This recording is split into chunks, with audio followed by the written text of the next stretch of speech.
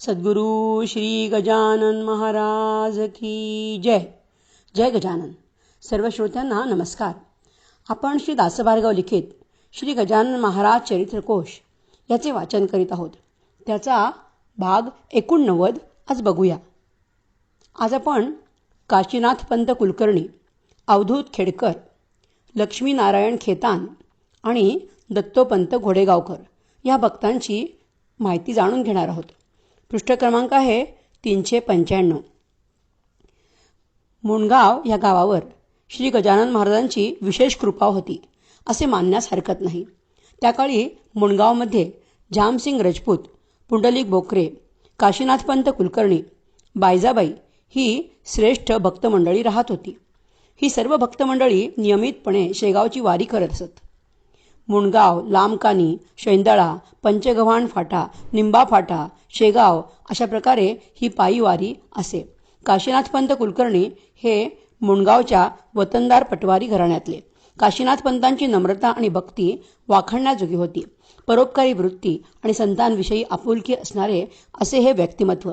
त्यांना भजन गायनाची आवड होती. शेगावी दर्शनास आले की महाराजांसमोर बसून ते आपल्या गोड आवाजात भजन म्हणत असत. महाराजांची त्यांच्यावर विशेष कृपा होती. काशीनाथ पंत हे दत्तक दिले गेले होते. एकदा मालमत्तेच्या वादावरून त्यांचे भाऊबंद त्यांच्याविरुद्ध कोर्टात गेले. दुर्दैवाने काशीनाथ पंतांकडील दत्तक विधानाचे कागदपत्र हरवले होते. काय करावे काही सुचत नव्हते. ते तडक शेगावी महाराजांकडे आले आणि महाराजांना म्हणाले, महाराज, मी अडचणीत सापडलो आहे, तेव्हा तुम्हीच काय तो मार्ग दाखवा. त्यांची ती केविलवाणी अवस्था बघून महाराज त्यांना म्हणाले, पंत, आता दत्तविधानाचा कागद आठवा. एवढा मोठा कागद काय फुलीमध्ये घालायला गेला? जा, तुझी फत्ते होईल. महाराजांना गाफीलपणा मान्य नाही. त्यांनी काशीनाथ पंतांना कडक आवाजात शिवी हसडली आणि सांगितले, जा, तुझी फत्ते होईल. महाराजांच्या कृपा आशीर्वादाने कोर्टात त्यांचा विजय झाला. ते केस जिंकले. काशीनाथ पंतांनी एकदा महाराजांना मुणगाव येथे आणले. शृंगारलेली बैलगाडी, आंब्याच्या पानांची तोरणे लावून व सजवलेल्या दमणीत बसून महाराज तिथे आले. त्यांनी महाराजांना आपल्या वाड्यात आणले आणि त्यांना चिलीम भलवून दिली.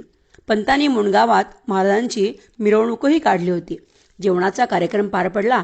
या समारंभात जामसिंग, पुंडलिक बोकरे आणि बायजाबाई या भक्तांनी महाराजांची विशेष बडदास्त ठेवली होती. महाराजांनी काशीनाथ पंतांनाही पादुका दिल्या होत्या. त्यांची पत्नी द्वारकाबाई ही पतीप्रमाणेच महाराजांची भक्त होती.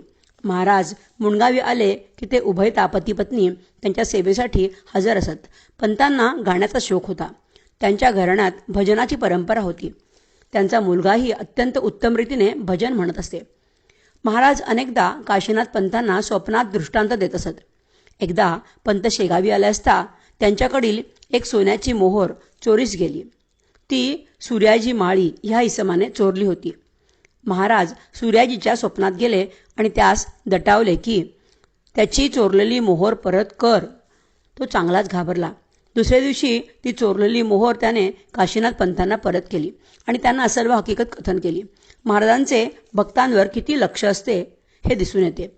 महाराजांचा बराचसा सहवास आणि सेवा लाभलेले काशीनाथ पंत हे असामान्य असे भक्त होते. संजीवन समाधी घेण्या अगोदर आठवडाभर महाराज पंतांची आठवण काढीत होते. त्यांची वाट पाहत होते. दर्शनासाठी पंत शेगाव येथे आल्यानंतर महाराजांचा संताप कमी झाला. चिडचिड थांबली. साधू पुरुष आपल्या भक्ताची किती आतुरतेने वाट बघत असतो याचा हा दाखला काशीनाथ पंतांच्या पत्नी द्वारकाबाई आवर्जून सांगत असत. महाराजांनी समाधी घेतल्यानंतर एकदा पंतांकडे गोपाळनाथ नावाची एक व्यक्ती आली. त्यांना पंतांनी जेवण दिले. त्याने रात्री पंतांचे भजन ऐकले आणि तो गायब झाला. पंतांनी ओळखले की हे महाराजच होते, कारण पंतांच्या भजन गायनाची त्यांना आवड होती. गोपाळनाथांच्या रूपात येऊन ते पंतांचे गोड आणि भावपूर्ण गाणे ऐकून गेले. काशीनाथ पंत वारल्यानंतर त्यांचा पिंड कावळ्याद्वारे लवकर घेतला गेला नाही. तेव्हा त्यांचा मुलगा भाऊसाहेब ह्याने मनोमन प्रार्थना केली की आम्ही महाराजांची अशीच व्यवस्था पुढेही चालू ठेवू. असे कबूल केल्याबरोबर कावळ्याने येऊन पिंड उचलला. महाराज आपल्या भक्तांकडून सेवाकार्य करण्याची कबुली कशी करून घेतात हेच यावरून दिसते. काशीनाथ पंतांवरील काही संदर्भाच्या आधारे हा लेख लिहिला गेला आहे. पुढचे भक्त आहेत अवधूत खेडकर. श्री गजानन महाराजांचे राहित साहित या गावातील एक भक्त अवधूत जयराम खेडकर यांचा उल्लेख श्री गजानन विजय या ग्रंथामध्ये आला आहे. अवधूत जयराम खेडेकरासी राहित साहित गावासी भेटते झाले पुण्यराशी संन्याशाच्या वेशाने. इसवी सन 1902 साली राहित साहितमध्ये जिल्हा परिषदेची शाळा उघडली. त्या शाळेवर अवधूत जयराम खेडेकर यांची शिक्षक पदावर नियुक्ती झाली. ते मूळचे अमरावतीकडील होते. त्यांची श्री गजानन महाराजांवर अतिशय श्रद्धा आणि भक्ती होती. आत्ता राहित साहित गावी आल्यावर त्यांना अजून काही सोबती मिळाले. त्यांचे महाराजांच्या दर्शनासाठी शेगावी येणे सुरू झाले. महाराजांच्या एकनिष्ठ भक्तांमध्ये त्यांची गणना होते. 1910 मध्ये महाराजांनी समाधी घेतल्यानंतरही ते शेगावी दर्शनासाठी येत असत. राहित साहित हे गाव काटेपूर्णाच्या काठावर वसलेले आहे. तेथील नदी उत्तर वाहिनी असून तिच्या काठावर ही 2 गावे आहेत.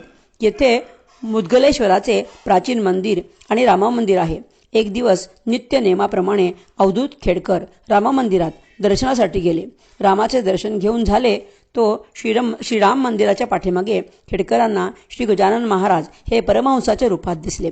त्यांनी दर्शन घेतले. आपल्या भक्ताची तळमळ आणि दर्शनाची इच्छा जाणून ते परमहंसाचे रूपात राहित साहित येथे आले. केवढी ही थोर भक्ती! श्री रामा मंदिर पुढे उल्लेख केलेल्या देवराव हरबाजी देशमुख यांनी बांधले. ह्या गावात अनेक संत मंडळी येऊन गेली. 1906 मध्ये खेडी वरून येथे महाराज आले होते असेही समजते. येथे संत मेळे देखील झाले आहेत. संत गाडगे महाराज, राष्ट्रसंत तुकडोजी महाराज, इंदोरचे भक्तराज महाराज, पंजाबचे उदासे महाराज, मिरज येथील 150 वर्षे वयाचे एक संत, पिंपळोदचे परशुराम महाराज येथे आले होते. या सर्व संत मेळ्यांचे श्रेय कैलासवासी सुंदराबाई यांना जाते. त्यांनी अशा अनेक संतांना येथे आणून हा परिसर पवित्र केला आहे. श्री गजानन महाराजांचे येथे एक भव्य मंदिर आहे. अकोला जिल्ह्यातील बार्शी टाकळी तालुक्यात काटेपूर्णा नदीच्या काठावर राहित साहित हे गाव वसलेले असून अकोल्यापासून ते सुमारे 30 किलोमीटर अंतरावर आहे. या छोट्याशा गावाजवळच टाकळीपोटे नावाचे एक गाव आहे. येथील सुखसंपन्न घरातील देवराव हरबाजी देशमुख श्री गजानन महाराजांचे भक्त होते. त्यांची महाराजांवर अतिशय श्रद्धा होती. ते टाकळीपोटे येथून दर महिन्यात शेगावास वारी पायी करत. त्यांच्यासोबत मोरगाव काकड येथील भोई समाजाची एक व्यक्तीही असे. वारीच्या निमित्ताने दोघेही सोबत येत असत. देवराव देशमुख ब्रिटिश राजवटीतील पोलीस पाटील होते. घरी भरपूर पैसा अडका असला तरीही त्यांच्या अंगी नम्रता होती. त्यांना साधुसंतांच्या विषयी प्रेम आणि आदर होता. शेगावची पायी वारी नित्यनेमाची असली तरी वयोमानानुसार दरवर्षी ती सहजपणे होईल याची शाश्वती देशमुखांना वाटत नव्हती. पावसाचे दिवस होते. दोघेही पावसात भिजत भिजत शेगावी आले. तेव्हा तेथे आत्तासारखी भव्य इमारत वगैरे सुविधा नव्हत्या. टीनपत्राच्या खोलीत महाराजांचा मठ होता. तेथे येऊन दोघांनी आपले ओले कपडे बदलले. सोबतचा भोई त्यांना म्हणाला, बापूसाहेब चला आता महाराजांचे दर्शन घेऊन येऊ. त्यावर बापू म्हणाले, थोडा वेळ थांब, नंतर जाऊ. त्यांचे असे बोलणे होई पावेतो श्री गजानन महाराज तिथे आले आणि म्हणाले, अरे तू तर आलाय, भर मग चिलीम. देवराव देशमुख यांना गांजाची चिलीम ओढायचा शौक होता. महाराजांनी असे म्हणताच त्यांनी गांजा घोटला व चिलिमीत भरून महाराजांच्या हाती चिलीम दिली. महाराजांनी चिलीम ओढावयास सुरुवात केली. दोघांनीही महाराजांचे दर्शन घेतले. देशमुख म्हणाले, महाराज आता माझ्याने पायी वारी होणे कठीण वाटते, पण आपल्या दर्शनाला येण्याची मनाला सारखी तळमळ लागते. त्यावर महाराज म्हणाले, आता तू येथे येऊ नकोस, मीच तुझ्याकडे येईन. दोघेही जण महाराजांचा आशीर्वाद घेऊन गोंधळलेल्या अवस्थेत गावाकडे परत निघाले. महाराज आपल्या गावी येणार हे कसे शक्य आहे? त्यांच्या मनात विचारांचे काहूर माजले. देशमुखांनी आपल्या गावाजवळच्या किलोमीटर अंतरावर असलेल्या त्यांच्या शेतातील ओट्यावर एक दगड स्थापन केला आणि त्यालाच ते महाराजांचे रूप मानू लागले. महाराजांनी त्यांना शब्द दिला होता की आता तू येऊ नकोस, मीच तुझ्याकडे येईन. महाराजांचे हे शब्द त्यांना सतत आठवत असत. महाराज केव्हा येथे येतील असे त्यांना होत असे. शेगावच्या वारीसाठीचा दिवस उजाडला. सकाळपासून त्यांच्या मनाने शेगावचा ध्यास घेतला होता, पण शेगावची वारी करणे शक्य नव्हते. त्यामुळे जेथे त्यांनी महाराजांची प्रतिकात्मक स्थापना केली होती तेथेच जावे असे त्यांना वाटले. दुपारी 11च्या सुमारास ते दर्शनासाठी शेतावर गेले. दर्शन घेऊन ते झाडाखाली बसले. इतक्यात महाराज तेथे अचानक प्रकट झाले. बापूंना अतिशय आनंद झाला. त्यांनी महाराजांचे दर्शन घेतले. तोच महाराज त्यांना म्हणाले, तू दोरी तर आणली नाहीस, तरी पण चिलीम भर. बापूंना लक्षात आले की चिलीम पेटवण्यासाठी आपण दोरी सोबत आणलेली नाही. हे महाराजांनी बरोबर ओळखले होते. बापूंनी चिलीम भरली आणि महाराजांना दिली. महाराज म्हणाले, आता तशीच काडी धरा. त्याप्रमाणे काडी धरताच चिलीम पेटली. बापूंनी महाराजांचे दर्शन घेतले आणि त्यांना घरी येण्याची विनंती केली. पण महाराजांनी नकार दिला आणि तेथूनच क्षणार्धात ते गुप्त झाले. आता महाराजांची भेट दिल्याची स्मृती म्हणून त्या स्थळी छोटेसे मंदिर बांधले गेले आहे. महाराजांच्या प्रकट दिनाला तेथे अन्नदानाचा सोहळा सादर केला जातो. या प्रसंगाची माहिती देवराव हरबाजी देशमुख यांचे नातू गुजाबराव देशमुख यांच्याकडून मिळाली आहे. पुढील भक्त आहेत लक्ष्मीनारायण खेतान. पृष्ठ क्रमांक आहे 397. भारतात ब्रिटिशांची राजवट आल्यापासून सर्वत्र अस्थिरता निर्माण झाली. त्यांची दडपशाही, अन्याय आणि अत्याचाराने भरलेली होती. स्वातंत्र्य सैनिकांना त्यांचा भयंकर त्रास होताच, पण सर्वसाधारण माणसालाही त्याची झळ लागल्याशिवाय राहिली नाही. त्या काळात राजस्थानमधील व्यापार करणारी बरीचशी मंडळी सर्व भारतभर जेथे व्यापार मिळेल तेथे पसरली आणि तेथेच पुढे स्थायिकही झाली. व्यापाराच्या निमित्ताने राजस्थानहून सोनाबाई बलदेवदास खेतान आपल्या एकुलत्या एका मुलास घेऊन शेगावला आली. तेव्हा लोहमार्ग हा फक्त मुंबईपासून कलकत्त्यापर्यंतच होता. अशा वेळेस सोनाबाई आपल्या मुलास म्हणजे लक्ष्मीनारायण यास घेऊन राजस्थानहून भुसावळपर्यंत उंटावर बसून आली आणि तेथून रेल्वेने शेगाव येथे आली. शेगाव त्या काळी व्यापारासाठी प्रसिद्ध होते. तेथे कापूस आणि धान्याची मोठी बाजारपेठ होती. शेगाव येथे येऊन सोनाबाईने भाड्याने घर घेतले आणि घरच्या घरीच डिंक, लोणी, कापूस यांची विक्री करून तिने आपला उदरनिर्वाह करायला सुरुवात केली. ह्या बाईचे पती बलदेवदास हे मृत्यू पावले होते आणि मुलाची जबाबदारी तिच्यावर आली होती. शेगावमध्ये स्थिर स्थावर झाल्यावर तिने आपल्या मुलास व्यावहारिक ज्ञान मिळावे यासाठी एका व्यापाऱ्याकडे बिनपगारी काम करण्यास ठेवले. पुढे काही वर्षांनी तिने शेगावातील एक जागा भाड्याने घेतली आणि त्याच ठिकाणी स्वतःचे दुकान सुरू केले. दुकानाच्या मागील बाजूस ती राहू लागली. लक्ष्मीनारायण खेडोपाडी जाऊन डिंक, लोणी, कापूस खरेदी करीत असत. काही वर्षांनी त्यांना व्यवसायात चांगल्यापैकी यश मिळाले. पैसा आला. ते ज्या जागेमध्ये राहत होते ती जागा त्यांनी विकत घेतली. दुकानही व्यवस्थितपणे चालू लागले. व्यवहारातील हिशेबीपणा, मेहनत आणि मनाची जिद्द यामुळे त्यांची भरभराट होऊ लागली.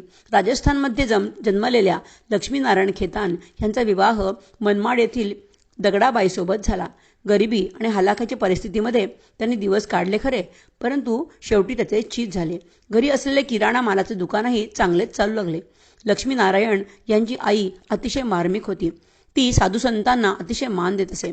शेगावचे संत श्रेष्ठ योगीराज श्री गजानन महाराज लहर आली की त्यांच्या दुकानाच्या पायरीवर जाऊन बसत असत.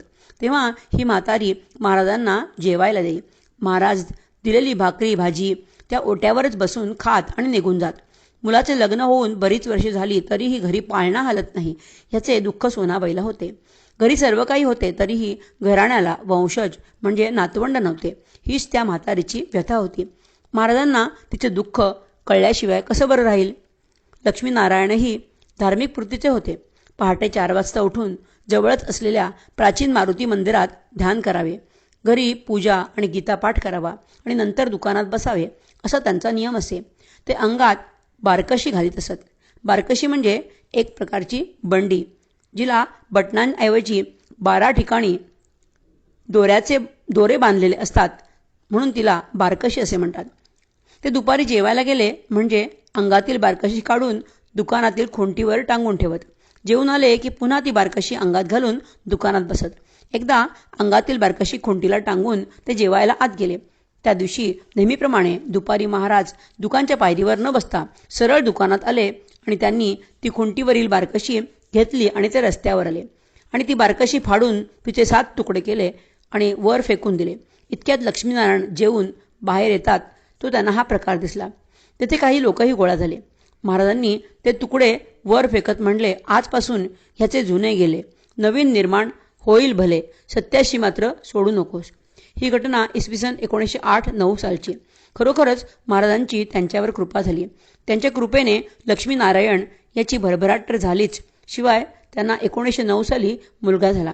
महाराजांनी त्यांच्या बारकशीचे 7 तुकडे केले होते. त्याप्रमाणे पुढे लक्ष्मीनारायणांना 7 मुलं झाली. संतांच्या खुणा संतच जाणतात, अशी होती महाराजांची लीला. महाराजांनी अनेक भक्तांवर कृपा केली. त्यातीलच हा एक प्रसंग. लक्ष्मीनारायणांच्या वंशावळी पुढे दिलेल्याप्रमाणे आहेत. शेगावमध्ये सध्या जेथे खेतान गेस्ट हाऊस आहे तेथेच पूर्वी लक्ष्मीनारायण खेतान यांचे दुकान आणि घर होते. त्या ठिकाणीच महाराजांनी हा बारकशी फाडण्याचा चमत्कार केला होता. अशा या कृपाप्राप्त दाम्पत्याने महाराजांवर अतिशय भक्ती केली. पूर्वजन्मीच्या सुकृताने या थोर संतांचे दर्शन त्यांना घडले हे विसरून कसं चालेल. लक्ष्मीनारायण यांची अतिशय भरभराट झाली. त्यांनी पुढे औषधाचे दुकान सुरू केले.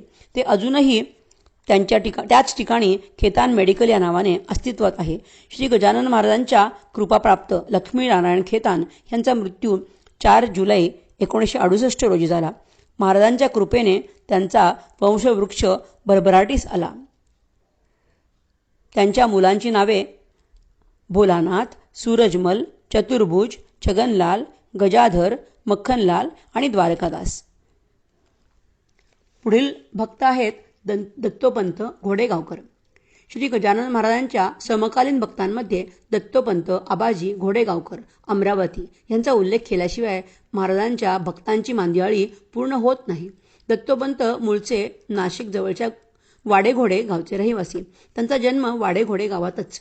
त्यांची बहीण साळूबाई यांच्यापेक्षा 6-7 वर्षांनी मोठी होती. दत्तोपंतांचा जन्म 12 डिसेंबर 1890 साली झाला. त्यांचे वडील आबाजी घोडेगावकर आपल्या बालपणीच विधवा झालेल्या साळूबाई आणि दत्तोपंत अशा परिवारासह अमरावतीस येऊन स्थायिक झाले. पुढे त्यांनी इसवी सन 1904 मध्ये अमरावतीच्या बुधवारा भागात एक घर विकत घेतले. या घरातच महाराजांचे आगमन होत असे. श्री गजानन महाराजांचे घोडेगावकर कुटुंबियांवर फार प्रेम होते. त्यांच्या या भक्तिपायीच महाराज अमरावतीला बुधवारा भागात असलेल्या त्यांच्या घरी जात आणि मनाला वाटेल तोपर्यंत राहत असत. महाराज येथे आले की घराच्या डावीकडील पहिल्या खोलीतच महाराजांचा मुक्काम असायचा. घर आनंदाने फुलून जायचे. महाराजांची पूजा अर्चा व्हायची, तीही थाटात. महाराजांसाठी घोडेगावकरांनी सुंदर लाकडी पलंग तयार करून त्या खोलीमध्ये ठेवला होता. हा पलंग सध्या पुणे येथे आहे.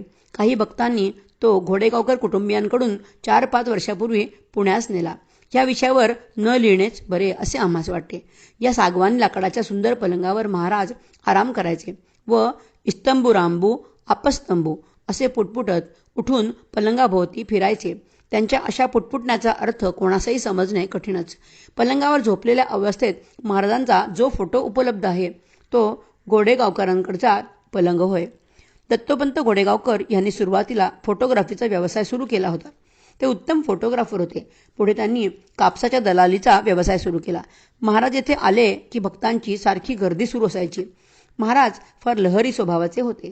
ते वाटेल तिथे आणि वाटेल तोपर्यंत बसत असत. त्यांना धरून बांधून ठेवण्याची कोणाचीही ताकद नव्हती. त्यांच्या मनात आले की ते जोराने हिसडा देऊन जात असत. त्यांच्या अशा स्वभावामुळे भक्त फार जपून वागत आणि महाराजांच्या कलकलाने ते महाराजांच्या कलाकलाने घेत असत.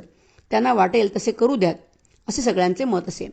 घोडेगावकरांच्या घराजवळच नागपूरच्या गोपाळराव बोटी यांचा वाडा होता. महाराज त्या वाड्यासमोरच्या ओट्यावर येऊन बसत असत. तेथेही महाराजांच्या दर्शनासाठी गर्दी होत असे. कुणी हात जोडून दुरूनच दर्शन करायचे. महाराज मात्र आपल्याच तंद्रीत असत. ते देहात नव्हतेच मुळे. ते विधेयही होते. मनात आले तर काहीतरी आपल्या शैलीत बडबडायचे आणि त्या बोलण्यातच त्या भक्ताचे सर्व भविष्य सामावलेले असायचे. हे ज्याचे त्यालाच बरोबर समजायचे हे मात्र खरं. हीच तर महाराजांची लीला असे. महाराज अमरावतीलाही अनेकदा गेल्याचे लक्षात येते. त्यांचा तिथे बरेच दिवस मुक्काम असे. इथे भक्तांची संख्या भरपूर होती. मोठे मोठे तज्ज्ञ विचारवंत महाराजांसमोर नतमस्तक होत. त्यांच्या पायावर डोके टेकविण्यात धन्यता मानून घेत. महाराजांची महतीच अशी काही होती की समोरच्या व्यक्तीच्या मनाचा ते ठाव घेत आणि त्याला जे पाहिजे ते देऊन टाकीत, कृपा करीत. महाराज त्रिकालज्ञ होते.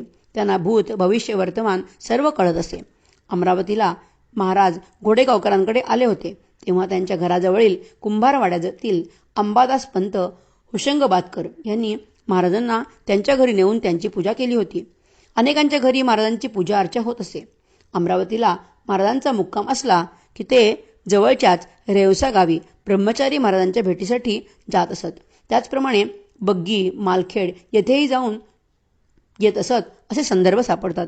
अमरावतीला एक कसबीण होती. महाराज अमरावतीला या भागात आले की ती नेमाने दर्शनाला जात असे आणि तिला जवळ जाऊच कोण देतो. ती अमरावतीच्या दहिसाय भागातील होती असे समजते. ती दुरूनच हात जोडून नम्रपणे नमस्कार करायची आणि दुरूनच महाराजांकडे पाहून रडायची. तिला पाहून महाराज तिला आर्तस्वरात महानंदा म्हणत असत. महाराजांचे असे म्हणणे ऐकून तिला बरे वाटायचे. ह्या प्रसंगावरून असे दिसते की महाराजांनी त्या काळी प्रत्येकावर कृपा केली. कोणीही दर्शनास आल्यावर त्यांच्या कृपेपासून वंचित राहिले नाही. महाराजांच्या सहवासात जे भाग्यवान आले ते अनंत जन्मीच्या पुण्याईनेच. महाराजांच्या सेवेने अनेक भक्त संतपदास पोचल्याची अनेक उदाहरणे देता येतील. घोडेगावकर कुटुंबियांवर महाराजांची कृपा होतीच. दत्तोपंत अधूनमधून शेगाव येथे जाऊन 2-3 दिवस महाराजांची सेवा करीत असत. त्यांची बहीण साळूबाई तर महाराजांच्या सेवेत होतीच.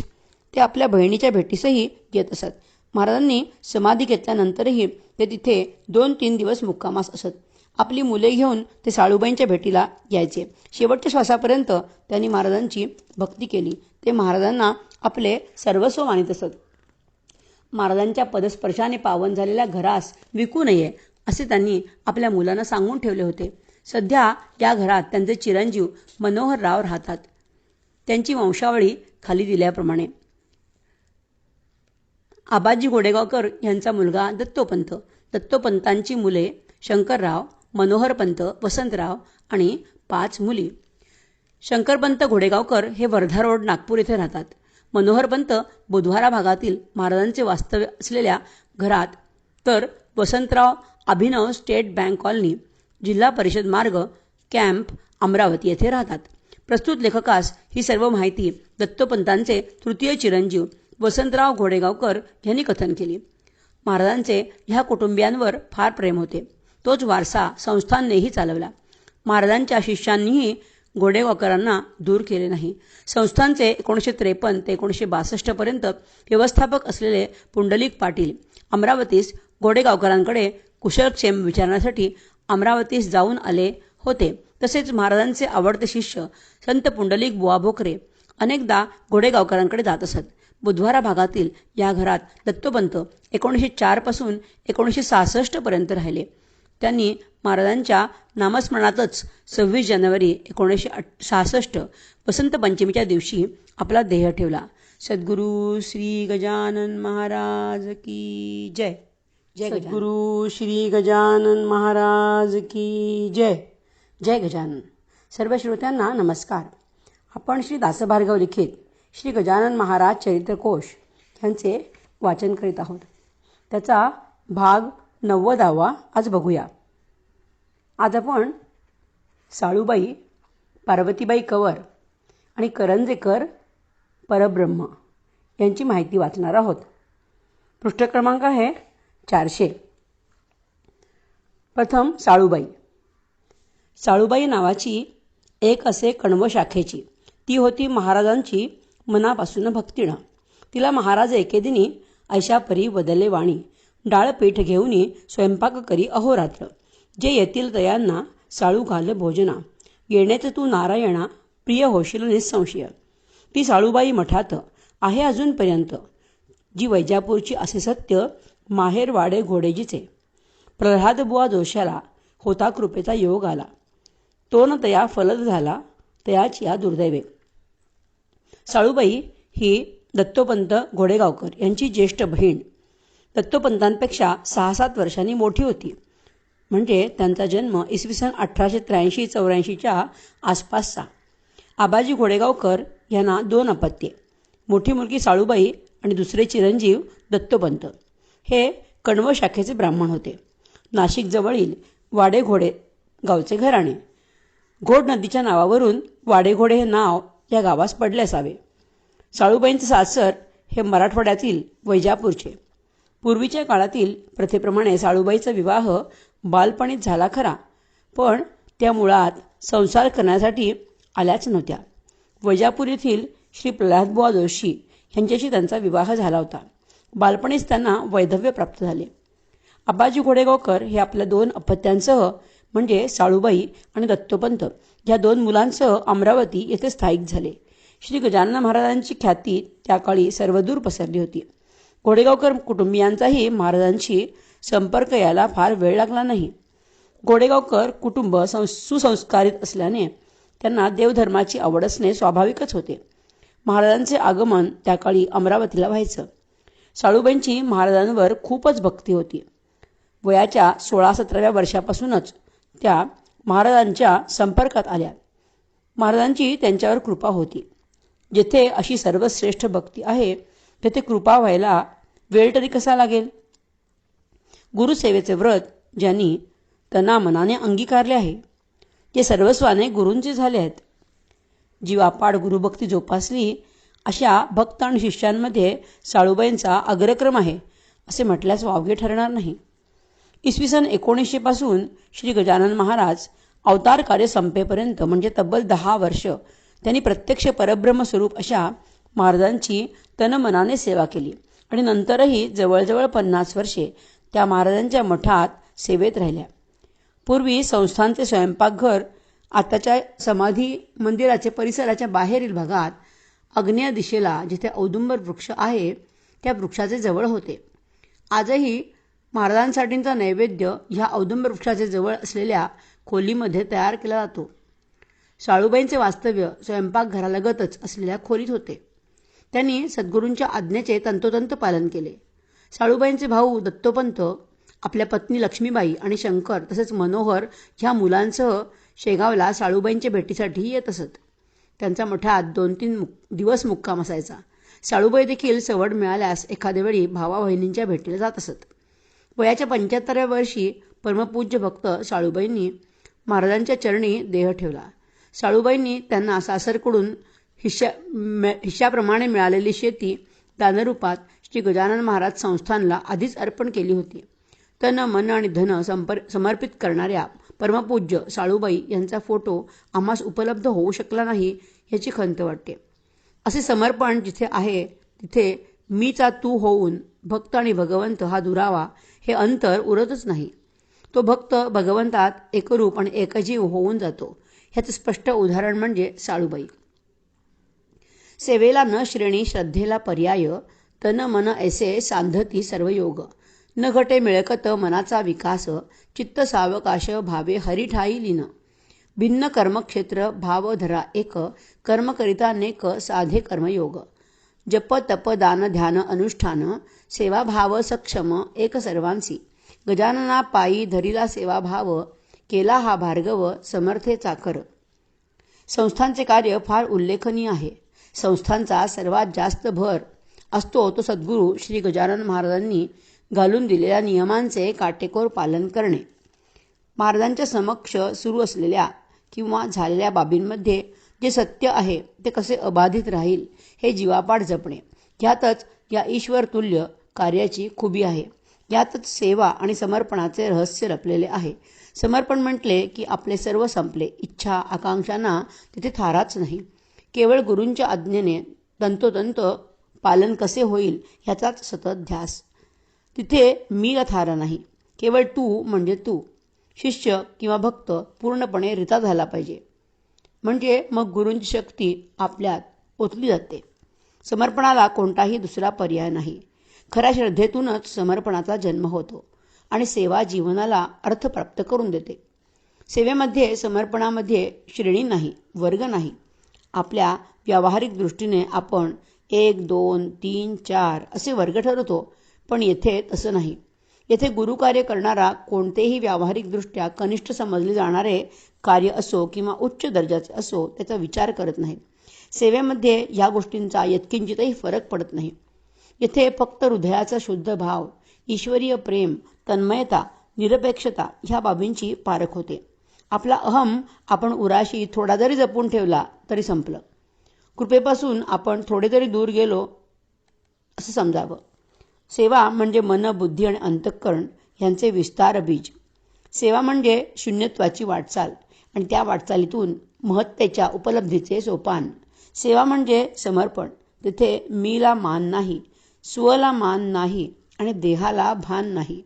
जिथे अशी सेवा आणि समर्पण आहे तिथे कृपेचा तोटा कसं बरं राहणार. साळूबाईंच्या समर्पणाला तोड नाही.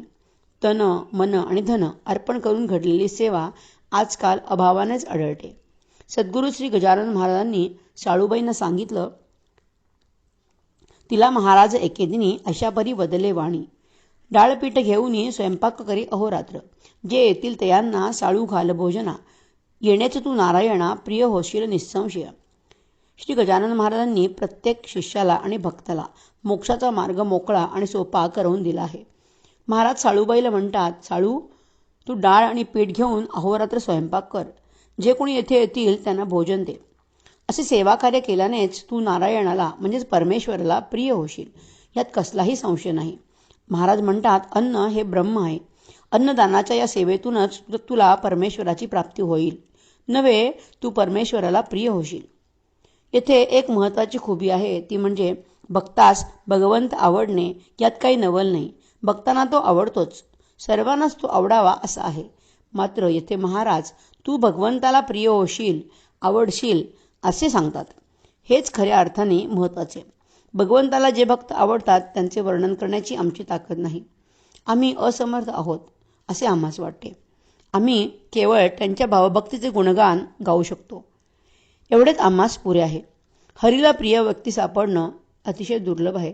म्हणून संत ज्ञानेश्वर माऊली म्हणतात, हरी प्रियाची भेटी नातुडे, अति दुर्लभ गाढे मनुष्या. अशा परमेश्वराला प्रिय असणाऱ्या साळूबाई महाराजांना जो आवडला तो धन्य होय, कारण तोच भगवंतालाही आवडीचा होतो. हेच तर विशेष आहे. भक्ताला भगवंत आवडता आवडता भक्तच भगवंताला आवडू लागतो. आता माहिती करून घेऊया पार्वतीबाई कंवर यांची. श्री गजानन महाराजांच्या भक्तांमध्ये बायजाबाई, साळूबाई यांच्याचप्रमाणे डॉक्टर कंवरांच्या पत्नीचे नाव विसरून चालणार नाही. वाशिम येथील नागोराव खपली यांची कन्या मथुराबाई यांच्यासोबत डॉक्टर कंवरांचा विवाह झाला. पूर्वी बालपणीत विवाह होत हे काही वेगळं सांगण्याचे कारण नाही. मथुराबाईंचे सासरचे नाव पार्वती ठेवण्यात आले. डॉक्टर कंवर वैद्यकीय शिक्षण घेऊन सरकारी नोकरी लागेपर्यंत पार्वतीबाई आपल्या माहेरीच राहत होत्या. श्याम फडणवीस यांच्या मुलाखतीच्या द्वारे पार्वतीबाईंनी त्यांना सांगितल्याप्रमाणे पार्वतीबाईंना श्री गजानन महाराजांचे दर्शनाचा प्रथम योग आला, तो पुढीलप्रमाणे. पार्वतीबाई माहेरून प्रथमच सासरी गेल्या तेव्हा डॉक्टर कंवर त्यांना सोबत घेऊन श्री गजानन महाराजांच्या दर्शनास शेगावला आले. त्यावेळी महाराजांचे वास्तव्य जुन्या मठात होते. पार्वतीबाई आणि डॉक्टर कंवर मठात आले तेव्हा महाराजांनी सुकलाच्या द्वाडगाईला शांत करण्याचा चमत्कार केला. महाराजांची ही लीला पार्वतीबाईंनी प्रत्यक्ष बघितली आणि प्रथम दर्शनप्रसंगीच त्यांनी महाराज अवतारी संत आहेत हे जाणले. त्यांचे डॉक्टर कंवरांसोबत येथे वारंवार येणे होत असे. त्या आणि डॉक्टर मठात राहून महाराजांची सेवा करीत असत. त्यांनी महाराजांचे अनेक लीला चमत्कार बघितले. पार्वतीबाईंच्या हातचा स्वयंपाक महाराज आवडीने सेवन करीत असत. डॉक्टर कंवरांची सारखी बदली व्हायची. 1-2 वर्ष होत नाहीत तर बदलीचा हुकूम हाती मिळे. त्या काळी प्रवासाची साधनं नव्हती, सुविधा नव्हत्या. बदली म्हटली की अंगावर काटा उभा राहायचा. बैलगाडीमधून सामान न्यावे लागायचे. त्यात डॉक्टर कंवर महत्त्वाच्या सामानाशिवाय इतर कोणतेही सामान सोबत नेत नसत. निघताना त्यांच्या जवळचे सामान ते तेथील गरीब लोकांना वाटून देत असत.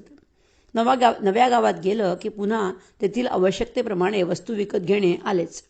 प्रत्येक वेळेस अशा सर्व वस्तू पुन्हा नवीन आणणं म्हणजे देखील त्रासाचं होत असे. त्या गोष्टीचा त्रास पार्वतीबाईंना होत असे. डॉक्टर कंवरांचा स्वभाव परोपकारी होता. सौ पार्वतीबाई डॉक्टर कंवरांचे मन दुखेल असे काही करत नसत. त्यांना साध्या शब्दानेही बोलत नसत. डॉक्टर कंवरांचा संसार एक आदर्श जीवन होते, ज्याला संत जनसंसार म्हणून संसार करून सार करणे असं म्हणतात. श्याम फडणवीस यांनी सांगितलेला दुसरा एक प्रसंग असा. डॉक्टर कंवर सपत्नीक शेगावला येऊन दोघेही 8-8 दिवस महाराजांच्या सेवेत राहत असत. पार्वतीबाई या उत्तम स्वयंपाक करीत असत. त्या साळूबाईंना स्वयंपाकात मदत करीत असत. साळूबाईंच्या प्रेमळ स्वभावाचे आणि सद्गुरू भक्तीचे गुणगान पार्वतीबाई बरेचदा करीत असत. पार्वतीबाई उंचीने ठेंगण्या होत्या. महाराजांच्या खोली नजीकच्याच असलेल्या खोलीत डॉक्टर सपत्नीक राहत असत. एक दिवस त्यांना कोणती तरी वस्तू हवी होती. तिचा शोध त्या महाराजांच्या खोलीतील कपाटावर घेत होत्या. ते कपाट उंच असल्याने त्यांचा हात काही पुरेना. महाराज आपल्या पलंगावर बसलेले होते. त्यांनी कौरांच्या पत्नीचा कपाटावर हात पोचत नाही हे बघितले आणि हसत हसत बाजूला पडलेली रिकामी अकपेटी डबा सौ पार्वतीबाईंकडे फेकली आणि म्हणाले, या पेटीवर चढ म्हणजे तुझा हात पुरेल. महाराज कधीकधी थट्टा करीत असत. त्या कारणाने महाराजांचे हे बोलणे केवळ थट्टाच असावी असे समजून महाराजांच्या बोलण्याकडे कानाडोळा केला. परंतु त्यांना शेवटपर्यंत ह्या गोष्टीची खंत होती. महाराजांच्या आठवणी सांगताना पार्वतीबाई ह्या लीलाप्रसंगाबाबत खंत करीत म्हणत असत, महाराजांनी माझ्याकडे भिरकावलेल्या अकपेटीवर जर मी उभी राहिले असते तर कदाचित माझा हात पोचला असता. हा श्री गजानन महाराजांच्या लीलेचा एक आगळा वेगळा प्रकार होता. केवळ महाराज म्हणजे थट्टा करत आहेत असं समजून मी त्यांच्या लीलेपासून वंचित राहिले. हा प्रसंग त्या अनेकांना सांगत आणि खंत व्यक्त करीत असत. खरोखरच त्या अकपेटीवर पार्वतीबाई जर उभ्या राहिल्या असत्या तर काहीतरी चमत्कार झाला असता. असो, डॉक्टर कवर शेगावला भंडारा करीत असत. असाच शेगाव मुकामी भंडारा घालणे त्यांचा कार्यक्रम ठरलेला होता. कवरांचा हा भंडारा दरवर्षीप्रमाणे थोडा मोठाच होता. इसवी सन 1907 साल, मकर संक्रांतीचा दिवस, 14 जानेवारी 1907 सोमवार. भंडाऱ्याची सर्व तयारी झाली. सकाळीच स्वयंपाक तयार करण्यात आला. त्या दिवशी 11 वाजता सूर्यग्रहण लागणार होते. काशीची काही पंडित मंडळी महाराजांच्या दर्शनासाठी आलेली होती. सूर्यग्रहण लागायच्या आधी सर्वांची जेवणे उरकावीत असे ठरले. त्यानुसार सर्व स्वयंपाक तयार झाला. महाराजांसाठी नैवेद्याचे ताट तयार करून महाराजांनी प्रथम नैवेद्य ग्रहण करावा अशी डॉक्टर कवरांनी प्रार्थना केली. पण महाराज काय केल्या नैवेद्य ग्रहण करीत नव्हते आणि महाराजांनी प्रसाद घेतल्याशिवाय पंगत बसणार नव्हती. डॉक्टर कवरांची चांगलीच पंचायत झाली. त्या भंडाऱ्याचा प्रसाद घेण्यासाठी योगायोगाने काशीची विद्वान मंडळी उपस्थित होती. महाराज जोपर्यंत प्रसाद घेत नाहीत तोपर्यंत कोणी बरे प्रसाद ग्रहण करेल. 11 वाजत आले. महाराज काय केलं ऐकेनात. डॉक्टर कवर आणि पार्वतीबाई दोघेही त्यांना विनंती करीत होते, पण काही उपयोग होईना. अखेर 11 वाजले. सूर्यग्रहण लागले. तोच महाराज आपल्या पलंगावरून उठले आणि पात्रावर येऊन बसले. डॉक्टर कवरांकडे महाराजांनी लिंबाची फोड मागितली. पार्वतीबाई गरोदर असल्याने त्या लिंबाची फोड कापत नव्हत्या. महाराजांनी अंतर्मनाने हे जाणले आणि ते डॉक्टर कवरांच्या पत्नीने कापलेली लिंबाची फोड पाहिजे असा हट्ट धरून बसले. डॉक्टर कवरांच्या पत्नी गरोदर होत्या आणि ग्रहणाच्या काळात त्यांनी लिंबू कापल्यास पोटातील गर्भावर वाईट परिणाम होईल असा त्यांचा समज होता. महाराजही एखाद्या भक्ताची परीक्षा कशी घेतात त्याचा हा उत्तम दाखला म्हणता येईल. भौतिकतेचा विचार श्रेष्ठ की भगवंताचा विचार श्रेष्ठ हा महत्त्वाचा प्रश्न आहे. कृष्णलीलेत अशी बरीच उदाहरणे कथा आहेत. पार्वतीबाई आता इथे प्रथम पोटातील अपत्याच्या आई आहेत आणि नंतर महाराजांच्या शिष्य आहेत. आई म्हटले की त्यांची केव्हा काय अवस्था झाली असेल ह्याचा विचार आजही स्त्रीला करणे कठीणच. महाराज तर आपल्या सर्वांची माऊली आहेत. मग त्यांच्यासाठी विचार कसला आणि कशासाठी? कसला विचार न करता, दुःख शंका कुशंका न काढता त्यांनी पटकन लिंबू कापून महाराजांच्या पात्रात आणले. महाराजांनी मनोमन स्मित केले. खरोखरच आज एक भक्त जिंकला. भक्ती श्रेष्ठ ठरली. भगवंतावर जीव ओवाळून टाकावा लागतो. मग त्या भक्तीपुढे सर्व गौण असते. महाराजांनी जेवणाला सुरुवात केली. महाराजांनी जेवण घेतल्यानंतर काशीची पंडित मंडळी आणि इतर सर्व भक्त मंडळींची जेवण झाली. सर्वजण भंडाऱ्याच्या प्रसादाने तृप्त झाले. पुढे पार्वतीबाई बाळंत झाल्या आणि त्यांना मुलगी झाली. मात्र ग्रहणात लिंबाची फोड कापल्याने या मुलीवर काहीही परिणाम झाला नाही. ही मुलगी म्हणजे सौ ताई पंडित होत. त्या पुढे प्रसिद्ध कीर्तनकार झाल्या. हा सगळा सद्गुरुकृपेचाच प्रताप म्हणावा लागेल. महाराजांच्या निष्ठावंत भक्तांमध्ये पार्वतीबाईंची गणना होते. साधारण आणि भौतिक गोष्टींना महत्त्व देणारा हा श्रेष्ठ भक्त नव्हे. येथे फार मोठी त्यागबुद्धी आणि खरी समर्पणात्मक भक्ती आवश्यक आहे. ती भक्ती पार्वतीबाईंजवळ होती. पार्वतीबाईंच्या 6ही मुली चांगल्या घरी विवाह होऊन गेल्या. महाराजांनी प्रथम दर्शनाचे वेळीच त्यांना सुखाचा संसार करशील असा आशीर्वाद दिला होता. तो प्रत्यक्षात उतरला. पार्वतीबाई वयाच्या 91व्या वर्षी म्हणजे इसवी सन 1990 साली त्यांची सर्वात लहान कन्या पुष्पाताई काळे नागपूर यांच्याकडे देह विसर्जित करत्या झाल्या. आता ऐकूया करंजे करा परमब्रह्मा. पृष्ठ क्रमांक 403. जग हे 3 गोष्टींमध्ये स्थित आहे. ज्ञात, अज्ञात आणि तिसरे अज्ञेय. ज्ञात म्हणजे जे जाणले जाते, अज्ञात म्हणजे जे जाणले जाऊ शकते आणि अज्ञेय म्हणजे जे जाणले जाऊ शकत नाही. सध्याचे विज्ञान केवळ 2 गोष्टीच मानते, त्या म्हणजे ज्ञात आणि अज्ञात. ते अज्ञेयास मानत नाहीत. संत मात्र अज्ञेयाचा विचार, अनुभूती जगातील पुण्यवान पुरुषांना करून देतात. हे ज्ञात हा विचार म्हणजेच अध्यात्म होय. जिथे केवळ स्थूलाचाच नव्हे तर सूक्ष्मातिसूक्ष्माचाही विचार होतो, निराकाराचा विचार होतो. तसेच 3 गोष्टींबरोबरच देव देखील 3 प्रकारचे असतात. लोक देखील 3 प्रकारचे असतात: कुतूहलवादी, जिज्ञासू आणि मोक्षवादी. कुतूहलवादी लोकांमध्ये केवळ कुतूहल असते. त्यांना त्या ज्ञात चर्चेतून काहीही देणेघेणे नसते. केवळ विचारायचे म्हणून विचारावे एवढेच त्यांचे फलित असते. जिज्ञासू म्हणजे जाणून घेण्याची इच्छा असलेला, त्याला उत्तराची अपेक्षा असते. जिज्ञासू हा बुद्धिनिष्ठ असतो, हा ज्ञानसंग्रही असतो. कारण जिज्ञासा ही बुद्धीतून जन्मत असते. त्याला ह्या ज्ञानाचा उपयोग होऊ शकतो किंवा होतो. नुसते ज्ञान संग्रही करूनही पाहिजे तसा उपयोग होतोच असं नाही. येथे जिज्ञासूवर सर्व निर्भर असते. तिसरे म्हणजे मुमुक्षुवादी. हा वर्ग सर्वश्रेष्ठ आहे असे शास्त्राने आणि संतांनी ठरवले आहे. मुमुक्षुवादी याचे कार्य मिळालेल्या ज्ञानावर अवलंबून असते. जिज्ञासू हा उच्च टोकाला पोचला की तोच मुमुक्षुवादी होतो. त्याला आपले कल्याण कसे होईल ही तळमळ असते. समोरच्या व्यक्तीने दिलेल्या उत्तरावर तो शीघ्र क्रियाशील होतो. हा फार संयमी असतो आणि त्याला इतर ज्ञानाची जरुरी नसते. ह्याची मनोभूमिका एकदम सुपीक जमिनीसारखी असते. ते जे त्यात पडेल तेच पुढे उत्तम रूपाने येते. हा वर्ग सर्वोच्च मानण्यात येतो. श्री गजानन महाराजांसोबत अशा अनेक लोकांचा संपर्क आला आहे. त्यातल्या काहींना महाराज केवळ एक अवलिया किंवा पागल भासत. महाराजांचा वर भासणारा वेडेपणा पाहून या वेड्याच्या कोण नादी लागेल अशा विचाराने हा वर्ग महाराजांपासून दूरच राहत असे. आणि त्यांच्या अशा वैचारिक पातळीमुळे महाराजांची त्यांच्यावर कृपा होणे असंभवच. पण महाराज फार कृपाळू आहेत, तेव्हा त्यांचे आत्मिक दृष्टीने पुनरुत्थान व्हावे म्हणून ते त्यांना रिक्त हाताने पाठवित नसत. महाराज एकंदरीतच सर्वांवर कृपा करीत असत. भक्त कोणत्याही पातळीवरचा असो त्याच्यावर कृपा तर झालीच पाहिजे. त्याचप्रमाणे कोणतीही नास्तिक व्यक्ती असो, टवाळखोर वा कुतूहलवादी असो, त्यालाही त्याच्या पातळीवरून कसा वर उचलता येईल, त्यालाही ईश्वराची कृपा कशी प्राप्त होईल असाच महाराजांचा प्रयास असे. तिथे मग क्षेत्र गोत्र असा कसलाही भेद नव्हता. जसा भाव आहे तशी कृपा.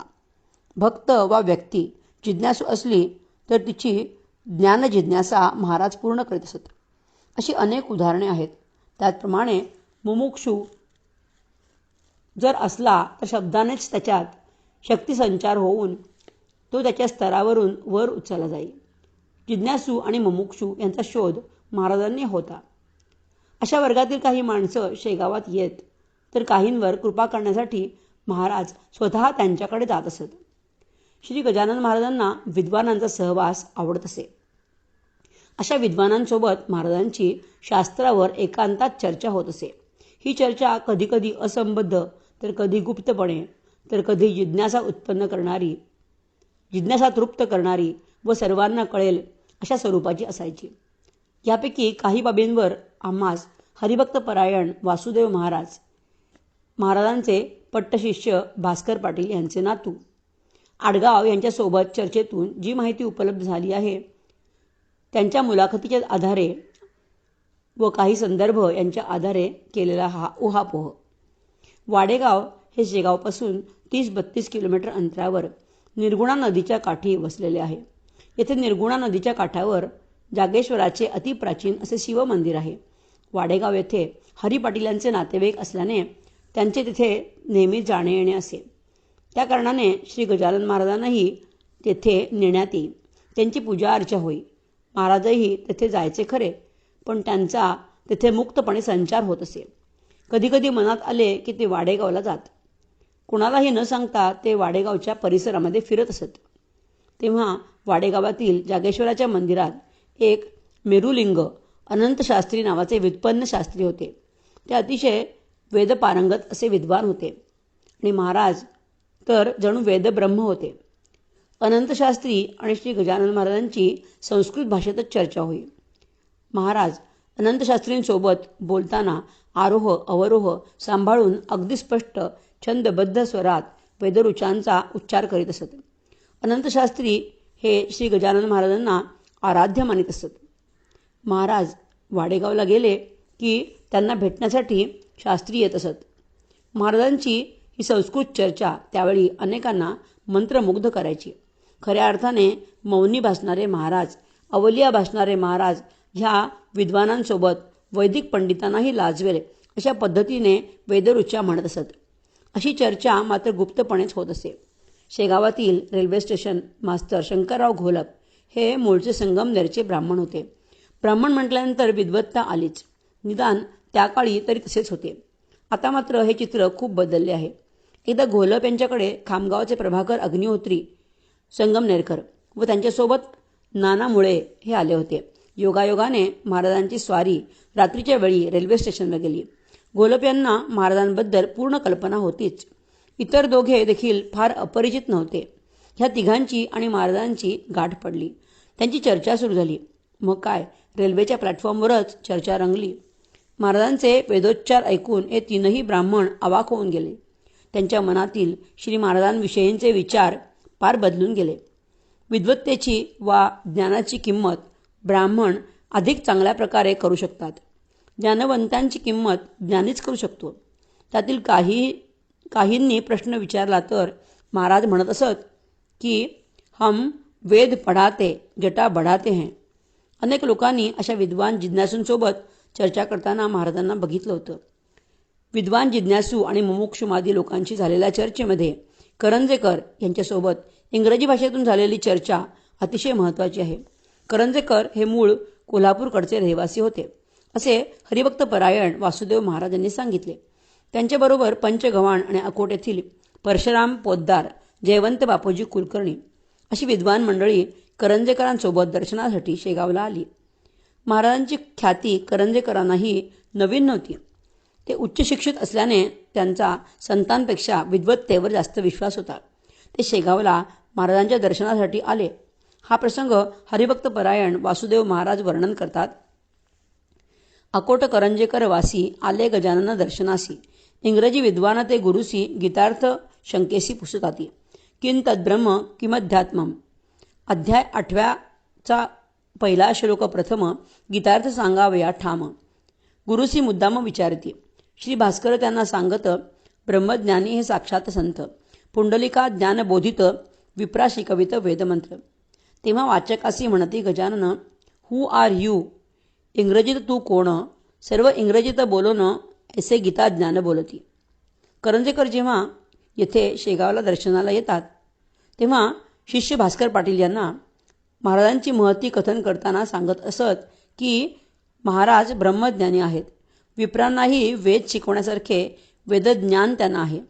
भास्कराचे हे बोलणे करंजेकरांसारख्या इंग्रजीतील उच्च शिक्षित माणसाला पटले नसावे, कारण महाराजांच्या बाह्य अवतारावरून प्रत्येक विद्वान भ्रमातच पडायचा. त्याचप्रमाणे करंजेकरांची ही स्थिती झाली असावी असे मानण्यास हरकत नाही.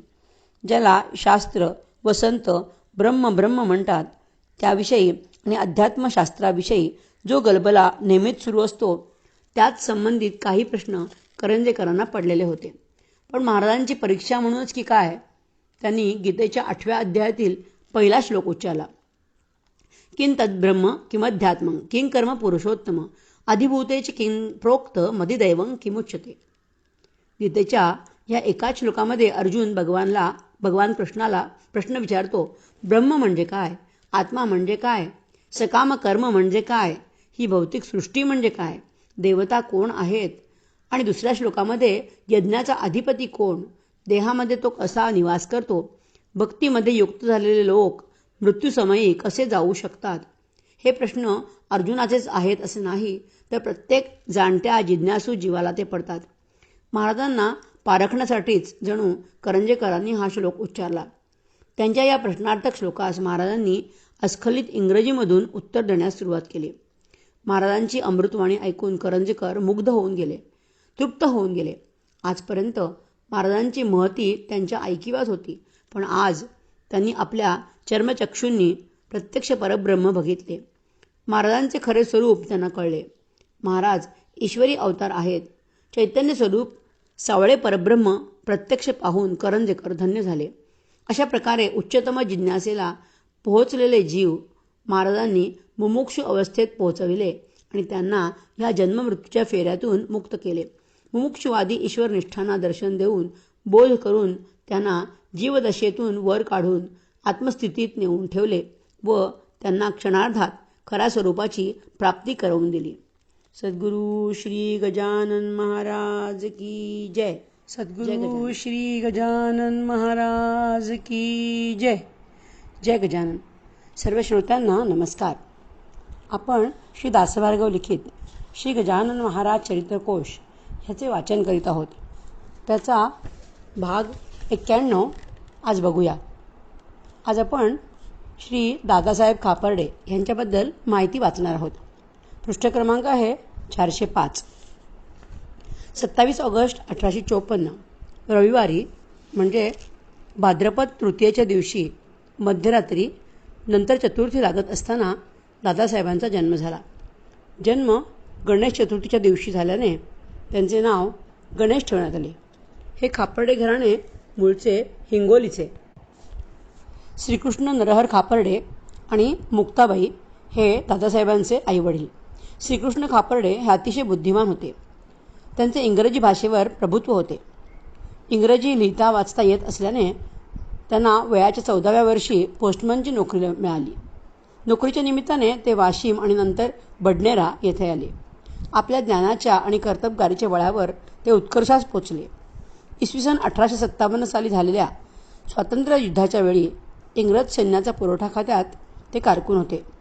तहसीलदार मामलेदारपदी असताना ते अडगाव येथून अकोला येथे आले. दादासाहेब इसवी सन 1872 साली मॅट्रिक पास होऊन इसवी सन 1873 मुंबई येथे एल्फिस्टन कॉलेजमध्ये प्रवेश घेऊन 1877 साली BA झाले.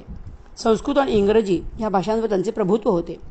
आर्य समाजाचे आद्य प्रवर्तक स्वामी दयानंद सरस्वती हे एल्फिस्टन कॉलेजमध्ये आले तेव्हा त्यांच्याबरोबर संस्कृत भाषेत कुणी संवाद करावा असा प्रश्न उद्भवला. अशावेळी दादासाहेबांची निवड केली गेली. संस्कृतात इतका सुंदर आणि समर्पक वाद ऐकून खुद्द स्वामींनी त्यांची पाठ थोपटली आणि धन्यवाद दिले. ह्या कारणाने दादासाहेबांची ख्याती मुंबईवर पसरली. कवी नर्मदा शंकर यांच्याकडून त्यांनी गुजराती भाषेचाही अभ्यास करून ही भाषा चांगल्या प्रकारे आत्मसात केली. इसवी सन 1884 साली ते LLB झाले. त्यांची विद्वत्ता आणि व्याख्यानाची स्तुती मोठमोठ्या विद्वानांच्या तोंडून ऐकून त्यांच्या वडिलांना खूप आनंद होत असे. LLB झाल्यानंतर त्यांनी काही महिने वकिली केली. इसवी सन 1885 त्यांना योगायोगाने मोर्शी येथे मुन्सफ म्हणजे ज्युडिशियल मॅजिस्ट्रेट फर्स्ट क्लास ही नोकरी मिळाली. पूर्वी मुन्सफ हे भारतीयांसाठी सर्वोच्च पद. मोर्शी, अमरावती आणि बडनेरा या ठिकाणी त्यांनी सरकारी नोकरी केली. इसवी सन 1889 नोकरीचा राजीनामा देऊन त्यांनी पुन्हा अमरावतीला वकिली सुरू केली. त्यांची वकिली अतिशय चांगली चालली, त्यामुळे ते लोकप्रिय झाले. सत्याला न्याय मिळावा यासाठी ते वकिली करत असत. गुन्हेगारीचे खटले ते मुळात पारखून घेत असत. त्यांनी द्रव्यलोभापायी वकिली केली नाही. त्यांच्या रोजनिशीत त्यांनी लिहून ठेवलेले आहे. 13 फेब्रुवारी 1896 काशीराम वैद्यांच्या खटल्यामध्ये मला काल मिळालेली फी परत करण्याची माझी इच्छा होती, कारण मला असे कळले की हा मनुष्य खरोखरच जातिवंत दुर्जन आहे आणि अशा बदमाशाचा बचाव करणं मला न्याय्य वाटत नाही. दादासाहेबांचा हल्लीचा जो राजकमल चौकातील वाडा आहे तो बांधण्यास इसवी सन 1893 प्रारंभ झाला. बांधकामाच्या अगोदर ह्या जागेत उंबरवृक्षाजवळ विहीर खोदली गेली आणि त्या विहिरीच्या पाण्यावरच हा भव्य वाडा बांधला गेला. ही विहीर व उंबरवृक्ष अजूनही पाहावयास मिळतो. इसवी सन 1895च्या मार्च महिन्यात हा वाडा बांधून पूर्ण झाला. वकिलीत त्यांचा खूप नावलौकिक होता. गणेश श्रीकृष्ण खापर्डे उमरावतीचे गृहस्थ बडे. वकिलीत ज्यांच्यापुढे ढीग रुपयांचे पडदिकी. दादासाहेब यांप्रत म्हणत होते वराडात, हा सज्जन भाविक अत्यंत ब्राह्मण शुक्ल यजुर्वेदी. संतकवी दासगणू यांनी या 2 ओव्यांतून खापर्डे यांच्या भौतिक आणि आध्यात्मिक श्रेष्ठतेचे गुणगान केले आहे. दादासाहेब त्या काळी वऱ्हाडचे नवाब म्हणून ओळखले जात होते. त्यांचे वैभव तर होतेच, पण त्यांच्या जोडीला भक्तिपूर्ण अंतःकरण, साधुसंतांविषयीचे प्रेम आणि आध्यात्मिक ज्ञानाचा वारसा ही होता. असे होते दादासाहेबांचे व्यक्तिमत्व. दादासाहेबांनी अनेक पदे भूषवली.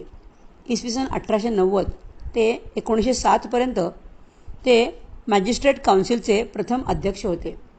1891 पासून 1907 म्युनिसिपल कमिटीचे उपाध्यक्ष होते. या कालावधीमध्ये त्यांची लोकप्रियता इंग्रज सरकारच्या डोक्यात खुपू लागली. त्या काळी अमरावतीचा चिरेबंदी भव्य तट पाडण्याचा इंग्रजांचा विचार दादासाहेबांनी कमिटीचा ठराव घेऊन हाणून पाडला. आजही तो तट अमरावतीच्या इतिहासात दादासाहेबांच्या कार्याचे गुणवर्णन करीत उभा आहे. इसवी सन 1891 साली नागपूर येथील सोशल कॉन्फरन्सची वार्षिक बैठक झाली. या कॉन्फरन्सला लोकमान्य टिळक आले होते. ही कॉन्फरन्स राजकीय स्वरूपाची होती. या कॉन्फरन्सचा विषय नियामक कमिटीत टिळकांचा समावेश होता. कमिटीपुढे टिळकांच्या उपसूचनेवरून चांगलाच वाद माजला. खटके उडाले. दादासाहेबांची आणि टिळकांची बोलाचालीही झाली. ह्या प्रकरणाचा शेवट काय झाला हे महत्त्वाचे नसून त्या निमित्ताने या 2 थोर पुरुषांची अतूट मैत्री पुढे जुळली हे मात्र महत्त्वाचे होते. इसवी सन 1896 दादासाहेबांचे ज्येष्ठ चिरंजीव बाळकृष्ण यांच्या विवाहाप्रसंगी टिळकांनाही बोलावले होते. दादासाहेबांचा स्वभाव परोपकारी आणि दानशूर होता. त्यांच्या दारातून कोणीही रित्या हाताने परत गेला नाही. ते आपल्या रोजनिशीत ह्याबाबतीत लिहितात, अमरावतीच्या लोकांना माझी खोडी काढण्यात मोठी हौस वाटते. जेव्हा जेव्हा एखादा असहाय्य, आजारी, निर्धन, भिकारी त्यांच्या हाती सापडतो तेव्हा ते त्याला आणून माझ्या दाराशी सोडतात. याप्रमाणे आजवर 3दा झाले. मी त्याला खाऊ पिऊ घालतो अथवा घरी जायला पैसे देतो. 2 भिकारी बरे होऊन गेले. 3रा आज सकाळी मी त्याला हॉस्पिटलला पाठवण्याची व्यवस्था करीत असतानाच मेला. तो पायाने रंगडा अधू होता. तो एका बैलगाडीत बसून फिरत असे. कोणीतरी त्याला त्याच्या गाडीसह 3 दिवसांपूर्वी माझ्या दाराशी आणून सोडलं होतं. आम्ही त्याला खाऊ घातलं. पहिल्यांदा त्याचा बैल मेला. मी पाटील पटवाऱ्यांना बोलावणे पाठवले. त्यांनी त्याच्या मरणाची चौकशी केली आणि ते प्रेत आणि ती गाडी घेऊन गेले. मृताजवळ दुसरे काहीच नव्हते. हा उतारा येथे देण्याचे कारण एवढेच की त्यातून दादासाहेबांच्या दानशील परोपकारी स्वभावाचा इतर लोक कसा उपयोग करून घेत होते हे कळते. सज्जनांच्या खोड्या काढण्यात दुर्जनांना आनंद वाटतो. दादासाहेबांनी कधीही कोणाबद्दल तक्रार केली नाही. दादासाहेबांसारख्या थोर व्यक्तीवर जेवढे लिहावे तेवढे थोडेच आहे. या लेखामध्ये आपण ते देऊ शकत नाही. त्यांच्या जीवनातील राजकीय, सामाजिक, धार्मिक घटनांचा समावेश केल्यास हा लेख न राहता त्यांचे एक पुस्तक होईल असे त्यांचे कार्य आहे. म्हणून एवढ्या खोल न जाता आपल्या मूळ विषयावर येऊ. वाचकांनी दादासाहेब खापर्डे यांचे चरित्र अवश्य वाचावे, म्हणजे या माणसाची थोरवीची खात्री पटते. असो, दादासाहेब थोर देशभक्त होते. त्या काळी राजकीय क्षेत्रात त्यांचा फार महत्त्वाचा वाटा होता. हे त्यांचे जीवनचरित्र वाचल्यानंतर लक्षात येते. दादासाहेब हे शुद्ध मनाचे आणि कणखर बाण्याचे व्यक्ती होते. त्यांचा अध्यात्मशास्त्र, योगशास्त्र यावर खूप विश्वास होता. साधुसंतांवर त्यांची अतिशय श्रद्धा होती. आपण जे देशहिताचे कार्य करत आहोत त्यास साधुसंतांचा आशीर्वाद असावा अशी त्यांची आकांक्षा होती. म्हणूनच ते अनेक संतांच्या, सिद्धपुरुषांच्या सहवासात होते. त्या संतांमध्ये प्रामुख्याने प्रज्ञाचक्षू संत श्री गुलाबराव महाराज, श्री साईबाबा, श्री गजानन महाराज, श्री अप्पा महाराज, साकोरीचे श्री उपासनी महाराज यांचा समावेश करता येईल. दादासाहेबांचा श्री गजानन महाराजांशी इसवी सन 1903 पासून संबंध आला. ते महाराजांच्या दर्शनासाठी शेगावला येत असत. अमरावतीच्या परकोट प्रकरणाचा इंग्रजी अधिकाऱ्यांवर चांगलाच परिणाम झाला. ही सभा संपताच लोक जाऊ लागले तेव्हा डेप्युटी कमिशनर हॉर्सबरो त्या जागी आले. ते म्युन्सिपाल्टीचे अध्यक्ष होते.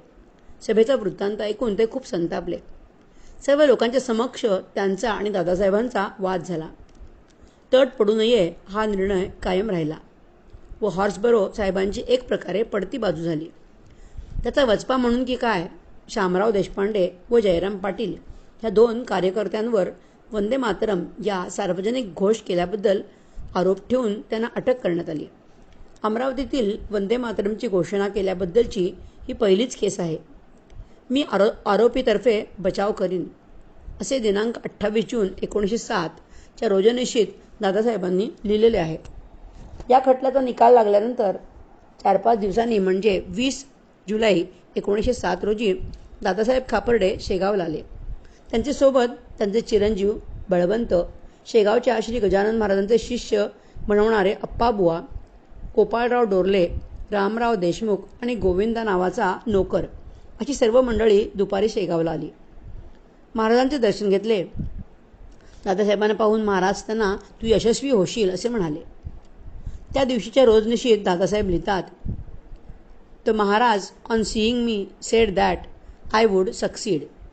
दुसऱ्या दिवशी म्हणजे दिनांक 21 जुलै रोजी आषाढी एकादशी होती. अनायासे पुण्यदिन आणि उपवासाचा दिवस असल्याने तसेच अप्पाबुवांनी आग्रह केल्यावरून महाराज त्या दिवशी आमच्या तंबूत आले. मी बसलो होतो त्या सतरंजीवर येऊन बसले. त्यांचे बोलणे पुष्कळदा असंबद्ध असते आणि त्याचा खरा अर्थ समजणे कठीण असते. ह्या आषाढीच्या दिवशी म्हणजे 21 जुलै 1902 रोजी महाराज पंढरपूर येथे गेले नव्हते हे स्पष्ट होते. दादासाहेबांच्या रोजनिशीत या प्रसंगात महाराज आमच्या तंबूत आले म्हणजे त्यावेळी आजच्या संस्थांच्या परिसराचीही कल्पना आल्यावाचून राहत नाही. त्यावेळी सर्वत्र मोकळे पटांगण होते. कसलेही बांधकाम झालेले नव्हते. 3 पत्र्याच्या तात्पुरत्या 12 खोल्या वगळता येथील सर्व परिसर मोकळा होता. शिवजयंतीच्या निमित्त विदर्भातील नेते दादासाहेब, व्यंकटराव देसाई आणि डॉक्टर कोल्हटकर इत्यादींनी इसवी सन 1908 मध्ये ह्या उत्सवासाठी अकोला येथे पाचारण केले. धुळ्याची कॉन्फरन्स आटोपून 2 मे रोजी धुळे सोडून दादासाहेब आणि लोकमान्य टिळक अकोल्याला आले. रेल्वे स्टेशनवर टिळकांच्या स्वागतासाठी हजारो लोकांची उपस्थिती होती. लोकमान्य टिळक, दादासाहेब खापर्डे, बाळासाहेब देशपांडे, केतकर आणि चिंतामणराव वैद्य एका टांग्यात बसले. तो टांगा लोकांनी व्यंकटराव देसाई यांच्या घरापर्यंत ओढीत नेला. संध्याकाळी श्री शिवाजी महाराजांचा उत्सव होऊन फडक्यांच्या मळ्यात सभा झाली. लोकमान्यांचे भाषण झाले. स्वातंत्र्य हा माझा जन्मसिद्ध हक्क आहे असे ते आपल्या भाषणात म्हणाले. दादासाहेब खापर्डे आणि कोल्हटकर शेगावला महाराजांना निमंत्रण देण्यासाठी आले होते. तो वृत्तांत आपण श्री गजानन महाराज आणि लोकमान्य टिळक या लेखामध्ये दिला असल्याने त्याची पुनरावृत्ती इथे करत नाही आहे. 3 मे रोजी लोकमान्य टिळक, दादासाहेब, चिंतामणराव श्री गजानन महाराजांच्या दर्शनास गेले. महाराज 2 मे रोजी वामनराव फडकेंसोबत अकोल्याला आले होते. शेठ बच्चूलाल अगरवाल यांच्या श्रीराम मंदिरात महाराज उतरले होते. लोकमान्य टिळकांनी महाराजांची पूजा केली आणि महाराजांनी आपल्या विशिष्ट पद्धतीने त्यांना आशीर्वाद दिला. संध्याकाळी मळ्यात पुढाऱ्यांची भाषणं झाली. टिळकांचेही भाषण झाले. दिनांक 4 मे रोजी पुन्हा टिळकांचे भाषण झाले. तिथे एक आश्चर्य घडले. श्री गजानन महाराज आपल्या रथातून टिळकांच्या व्याख्यानासाठी आले. तेथून मिरवणूक निघाली. महाराजांचा रथ पुढे चालला. त्याच्या पाठोपाठ लोकमान्य टिळक होते. सर्वजण व्याख्यानाकरता बापू फडके यांच्या मळ्यात आले. श्री गजानन महाराज व्यासपीठावर बसले. ते हसत होते आणि काही बोलत होते. कालच्यापेक्षाही श्रोतृवर्ग अधिक मोठ्या संख्येने उपस्थित होता. यापूर्वी एवढा जनसमुदाय एके ठिकाणी अकोल्यात जमल्याचे कोणाला आठवत नाही. हाच प्रसंग लोकमान्य टिळक यांच्या खंड 2 पुस्तकामध्ये पृष्ठ क्रमांक 431 मध्ये थोडा वेगळ्या शब्दामध्ये दिलेला आहे. आठवणकार बालगंधर्व नारायणराव राजहंस सन 1907च्या 4 मे रोजी श्री शिवजयंती उत्सवाकरता लोकमान्य टिळक अकोला येथे आले होते. काही मंडळी महाराजांच्या दर्शनास जाऊन त्यांना लोकमान्य टिळक आपल्या दर्शनास येणार आहेत असे सांगितले. तेव्हा चटकन श्री गजानन महाराज म्हणाले, टिळक माझ्या दर्शनास इकडे येतो बाबा, मला तुटून त्याच्याकडे गेलं पाहिजे. अकोल्यास 3 दिवस शिवाजी उत्सव झाला तेव्हा शेवटच्या दिवशी सभेचे अध्यक्षस्थान श्रीमंत दादासाहेब खापर्डे भूषवणार होते. परंतु त्यावेळी अचानकपणे श्री गजानन महाराज सभास्थानी अवतीर्ण झाल्याचे पाहून लोकमान्य म्हणाले, आपल्या सुदैवाने स्वतः श्री गजानन महाराज आज येथे आले आहेत. तेव्हा अशा प्रसंगी अध्यक्षस्थानी विराजमान होण्यास त्यांचेपेक्षा अधिक दुसरा कोण पात्र आहे. लोकमान्यांच्या विनंतीवरून श्री गजानन महाराज अध्यक्षस्थानी विराजमान झाले ही आठवण लिहून बालगंधर्व म्हणतात, अंतस्थितीची या खुणा अंतर्निष्ठ जाणती. अशा प्रकारे दादासाहेबांनी आणि बालगंधर्वांनी लिहिलेल्या घटनेत थोडाफार जरी फरक दिसत असला तरी लोकमान्य टिळक यांच्या मनात महाराजांविषयी महत् आदर असल्याचे दिसून येते आणि महाराज त्यांच्यासाठीही पूजनीय होते हे अगदी स्पष्ट होते. विशेष म्हणजे महाराज ज्या सभेचे अध्यक्ष होते त्या सभेत सर्वात शेवटी सभेच्या नियमाप्रमाणे अध्यक्षीय भाषण असते. ते भाषणही महाराजांनी आपल्या त्रोटक शब्दात केल्याचे महत्त्व विसरून चालणार नाही. महाराजांची या सभेतील उपस्थिती आणि सभेचे अध्यक्षपद स्वीकारणे यामध्ये फार मोठे रहस्य आहे. देशकार्य आणि धर्मकार्य हे भिन्न होऊ शकत नाहीत. फक्त हे कार्य करण्याची हातोटी महत्त्वाची आहे. लोकमान्य हे साधारण व्यक्ती किंवा राजकीय नेते नव्हते. त्यांची गणना देशातील महापुरुषांमध्ये होते. त्यांचे जीवन म्हणजे समाजासमोरच नव्हे तर आजच्या राजकीय आणि धार्मिक कार्यकर्त्यांना मार्गदर्शक ठरू शकते. अमरावती येथे आत्मारामपंत देशपांडे यांचे घरी आश्विन शुद्ध नवमी आणि आश्विन शुद्ध दशमी नवरात्रीनिमित्त महाराज गेले होते. अमरावतीमध्ये देखील महाराजांचे खूप भक्त होते.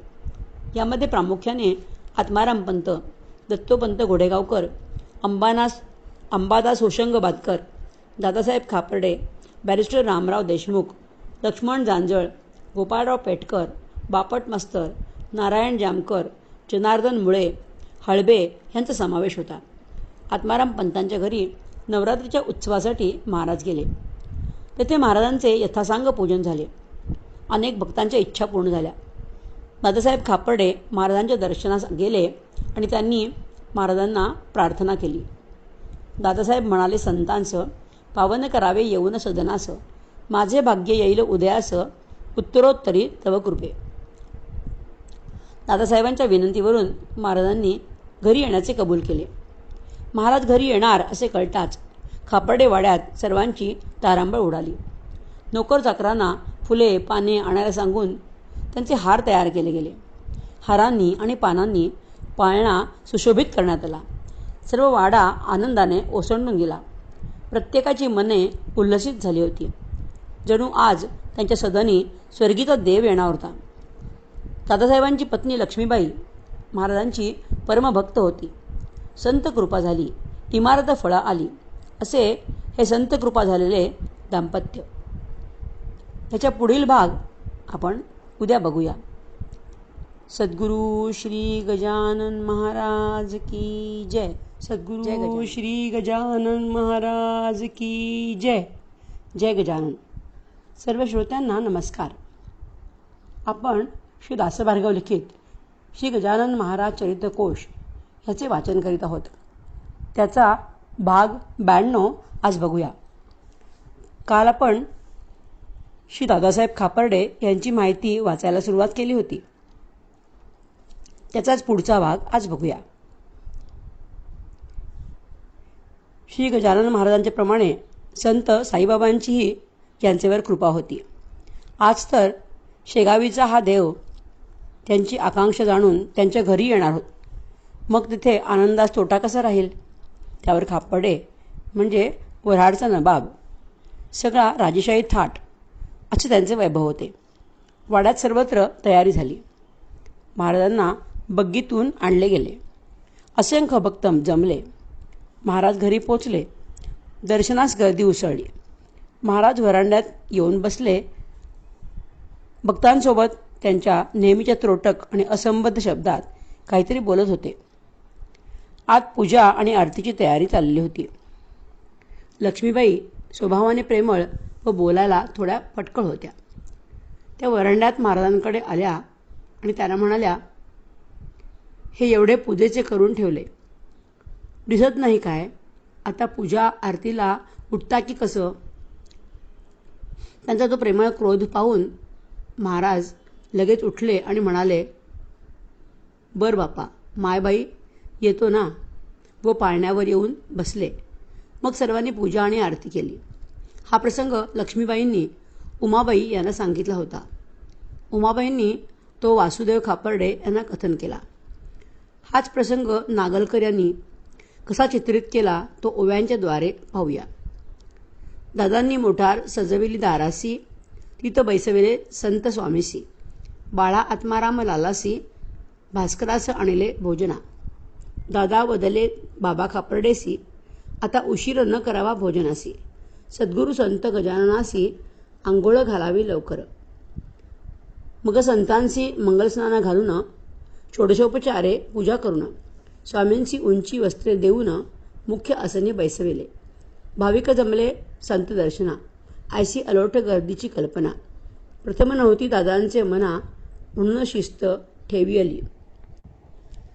या शिस्तीचे योग करून शांतपणे झाले संत दर्शन. म्हणून आनंदले सारेजन, आपले घराची पातले. कित्येक म्हणती हा संत स्वर्गीचा, ईश्वरी अवतार असावा साचा. आज अलभ्य लाभ दर्शनाचा, झाला थोर भाग्य समजावे. दादा खापर्ड्यांची धर्मपत्नी आणि घरातील सकल बाबांनी पात्रे वाढण्याची उत्तम शिस्त ठेवून पाने वाढावी मोदभरे.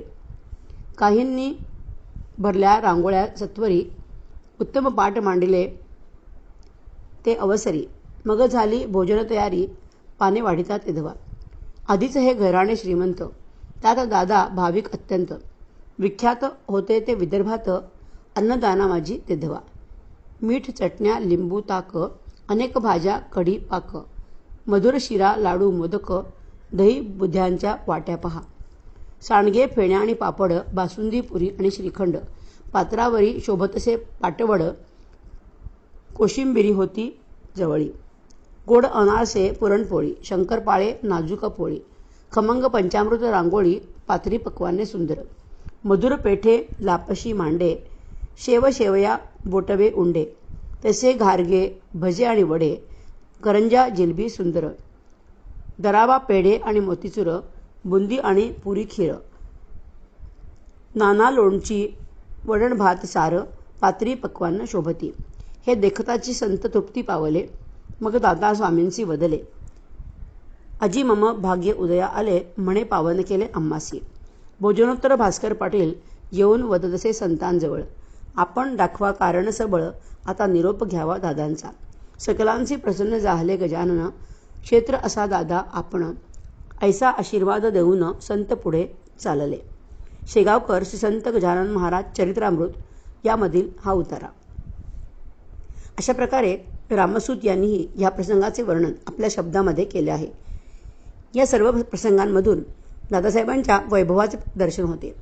त्याचप्रमाणे महाराजांविषयीची भक्ती आणि प्रेम प्रकर्षाने जाणवते. श्री गजानन महाराजांचा मुक्काम अमरावतीला 2-4 दिवस किंवा त्यापेक्षाही जास्त दिवस असायचा. अमरावतीच्या या मुक्कामातच महाराज रेवसा येथील ब्रह्मचारी महाराजांच्या भेटीसाठी जात असत. श्री गजानन महाराजांची ख्याती अशी काही होती की त्यांचे नुसते अमुक ठिकाणी आगमन झाले आहे अशी बातमी आली की असंख्य भक्त दर्शनासाठी येत असत. महाराज हे साक्षात्कारी संत होते. ते प्रत्येकावर कृपा करीत असत. त्यांच्या नुसत्या कृपा कटाक्षाने किंवा दर्शनाने भक्तांचे कल्याण होत असे. संत अच्युत महाराजांनी सांगितलेली आठवण श्रीयुत वासुदेव बळवंत खापर्डे म्हणजे दादासाहेबांचे नातू ह्यांच्याच शब्दात येथे वाचकांसाठी जशीच्या तशी देत आहोत. दादासाहेब खापर्डे वारंवार शेगावला दर्शनासाठी येत असत. शिर्डी आणि शेगाव ही त्यांची श्रद्धास्थानं होती. असेच एकदा दादासाहेब एका इंग्रज कलेक्टरला घेऊन शेगावला श्री गजानन महाराजांच्या दर्शनासाठी गेले. तिथे पोचले आणि पाहतात तर महाराज एका मोरीजवळ बसलेले होते. त्यांचा वेश तर काही नव्हताच. आपल्या निजानंदी ते नेहमीप्रमाणे तल्लीन होते. दादासाहेबांनी त्यांच्या चरणावर डोके ठेवून दंडवत घातला. त्या गोऱ्या अधिकाऱ्यास ही पद्धत अनोखी होती. त्याला एवढ्या मोठ्या दादासाहेबांनी नमस्कार घातला एवढे कळले हे निश्चित. त्याने न कळत आपल्या डोक्यावरील टोपी काढून मान वाकवून त्यांच्या पद्धतीप्रमाणे वंदन केले. नंतर त्याने बोलताना दादासाहेबांना विचारले की महाराजांची थोरवी कशात आहे आणि इतक्या साध्या राहणीची व्यक्ती थोर कशी काय? त्याला पडलेला प्रश्न साहजिकच आहे. एक विवस्त्र, ज्याला देहाचे भान नाही, कोठे बसावे कोठे बसू नये याची जाणीव उरलेली नाही, असा हा वेडसर माणूस. त्याला हे सगळेच अपूर्व होते. त्याच्या प्रश्नाला उत्तर देत दादासाहेब म्हणाले, त्यांना बघितल्याखेरीज तुम्ही त्यांना चटकन मानवंदना दिली ती का? त्यांचा थोरपणा तुम्हाला जाणवला म्हणूनच तर तुम्ही त्यांना वंदन केले. व्यक्तीचा थोरपणा तिच्या वरवरच्या साधेपणामध्ये किंवा डामडौलामध्ये नसून त्या व्यक्तीतील आत्मतत्व किंवा सत्व याला असतो.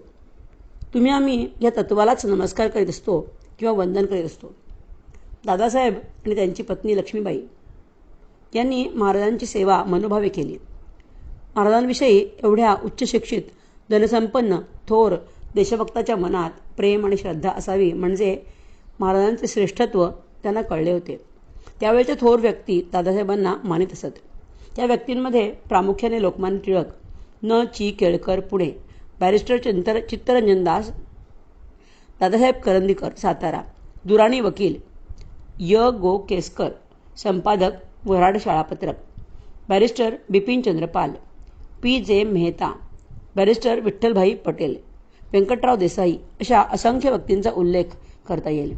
दादासाहेबांच्या घरी अनेक संतांचे आगमन होत असे. 24 जून 1908 साली लोकमान्य टिळकांना अटक झाली. अशी तार दादासाहेबांना येताच 26 जून रोजी ते मुंबईस पोचले. प्रयत्नांची पराकाष्ठा केली. शेवटी न्याय मागण्यासाठी दादासाहेब इंग्लंडला गेले. ह्या देशकार्यासाठी त्यांनी काय कष्ट भोगलेत, त्यांच्या कुटुंबियांवर काय आघात झाला हे त्यांनाच माहीत. हे सर्व कुटुंब परत वाड्याला त्यांच्या तेथील घरी राहावयाला गेले. जवळजवळ 28 महिने सर्वजण तेथे राहिले. ह्या दरम्यानचा एक प्रसंग म्हणजे इसवी सन 1909-10 सालचा. अचलपुरातील बागेतील वाड्यात हे कुटुंब राहत होते. दादासाहेब तेव्हा इंग्लंडला होते. इंग्रज सरकारकडून राजद्रोहाच्या आरोपाखाली या घराची तपासणी केली. 4-5 तास हे झडतीचे काम सुरू होते. या झडतीत दोषारोपासारखे काहीही सापडले नाही. या प्रसंगी दादासाहेबांच्या पत्नी लक्ष्मीबाई शेगावला महाराजांच्या दर्शनासाठी आल्या होत्या. श्री गजानन महाराजांना त्या गुरुस्थानी मानित असत. महाराजांचे दर्शन घेऊन बसल्या असता महाराज त्यांच्याकडे पाहून म्हणाले, पुष्कळ झडती झाली. बामणाचे पोट्टे बदमाश आहेत, पत्ता लागू दिला नाही. अशाने काय होते? असे महाराजांच्या पुन्हा पुन्हा बोलण्याचा अर्थ लक्ष्मीबाईंना त्यावेळी कळला नाही. पण जेव्हा त्या घरी गेल्या तेव्हा त्यांना घराची झडती झाल्याचे समजले. तेव्हा मात्र महाराजांचे बोलणे किती स्पष्ट होते हे त्यांना कळलं. विशेष म्हणजे महाराजांचे ते बोलणे आणि झडतीची वेळ एकच होता. अचलपुरात झडती सुरू होती हे महाराजांनी येथून जाणले आणि लक्ष्मीबाईस सांगितले. अशी महाराजांची लीला होती. दादासाहेबांना टिळकांच्या खटल्याबाबत यश आले नाही. ईश्वरी संकेताच्या आड कोण येणार? 6 मार्च 1910च्या रोजनिशीमध्ये त्यांनी लिहिलेले जसेच्या तसे वाचकांसाठी देत आहोत. ते लिहितात, देवाची मर्जी आणि मानवी इच्छा यात फार अंतर पडते आणि ते अंतर मनुष्याच्या अजाणतेपणाचे, अज्ञानाचे, अदूरदर्शीपणाचे असते असा जाणत्यांचा अनुभव आहे. लोकमान्यांनी न्यायालयात शिक्षेच्या सुनावणीच्या वेळी काढलेले स्फूर्तीचे मर उद्गार तेच खरे. परमेश्वर आपल्या लाडक्या भक्तांच्या क्लेशाखाली जगाचे कल्याण झाकून ठेवतो. लोकमान्यांना ही 6 वर्षाची दुर्धर तुरुंगवासाची शिक्षा झाली नसती अथवा झालेली शिक्षा रद्द झाली असती तर जगाला गीतारहस्य लाभले नसते. गीतारहस्य लोकमान्यांच्या डोक्यात कित्येक वर्षे साठलेले होते आणि ही शिक्षा झाली नसती तर ते तसेच्या तसेच त्यांच्या समागमे गेले असते. असाच संभव फार होता. पण देवाजीच्या मनाला ते रुचले नाही.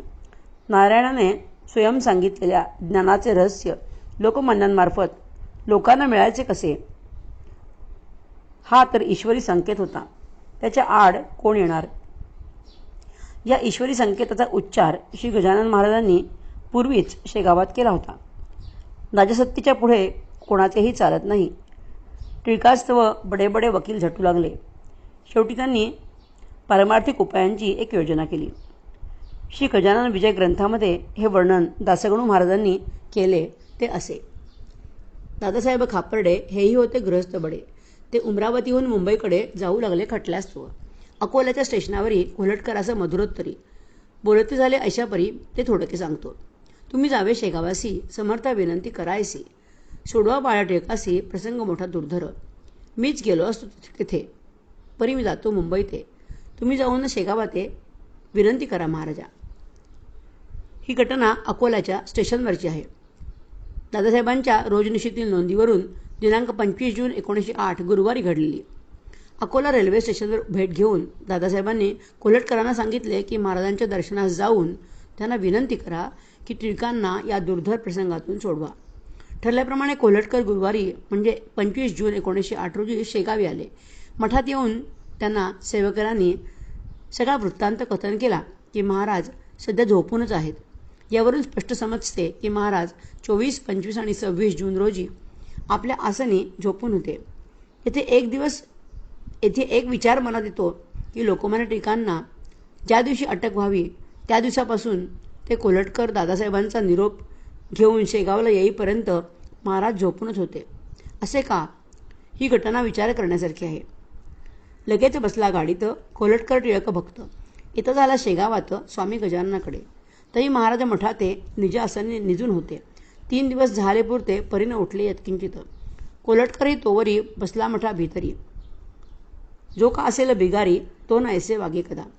कळकळ टिळकांविषयीची कोल्हटकरा पूर्ण साची.